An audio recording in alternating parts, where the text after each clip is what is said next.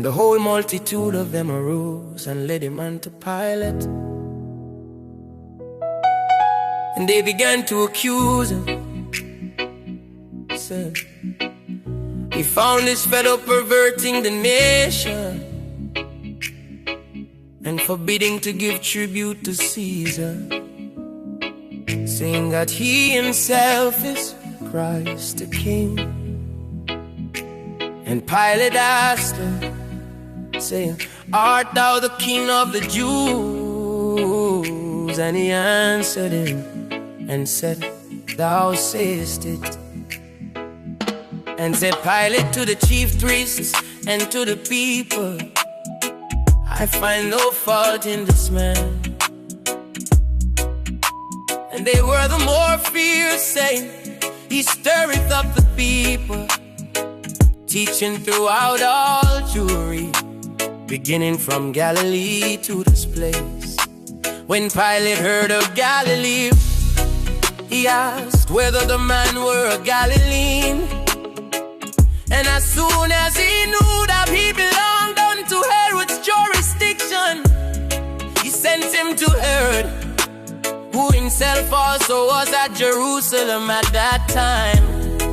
And when Herod saw Jesus, he was exceeding glad, for he was desirous to see him of a long season, because he had heard many things of him, and he hoped to have seen some miracle done by him.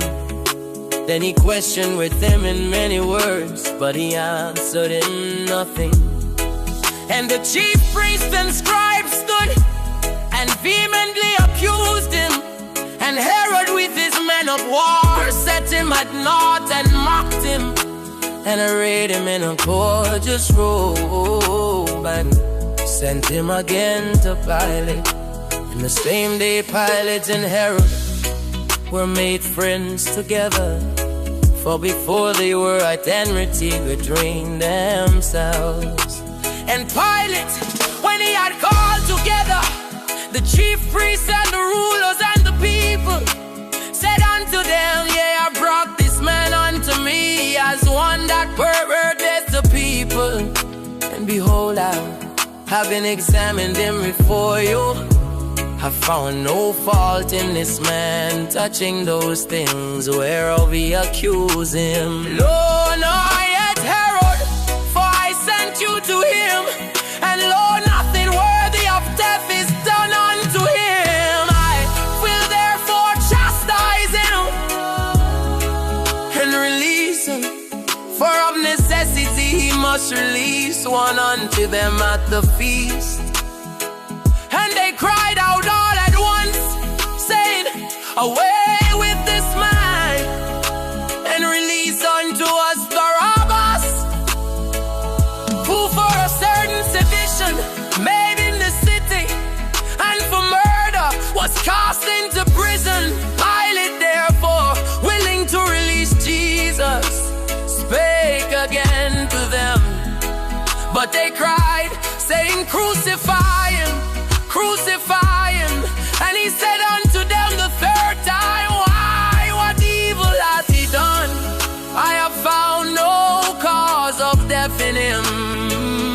I will therefore chastise him and let him go. And they were instant with loud voices, requiring that he might be crucified.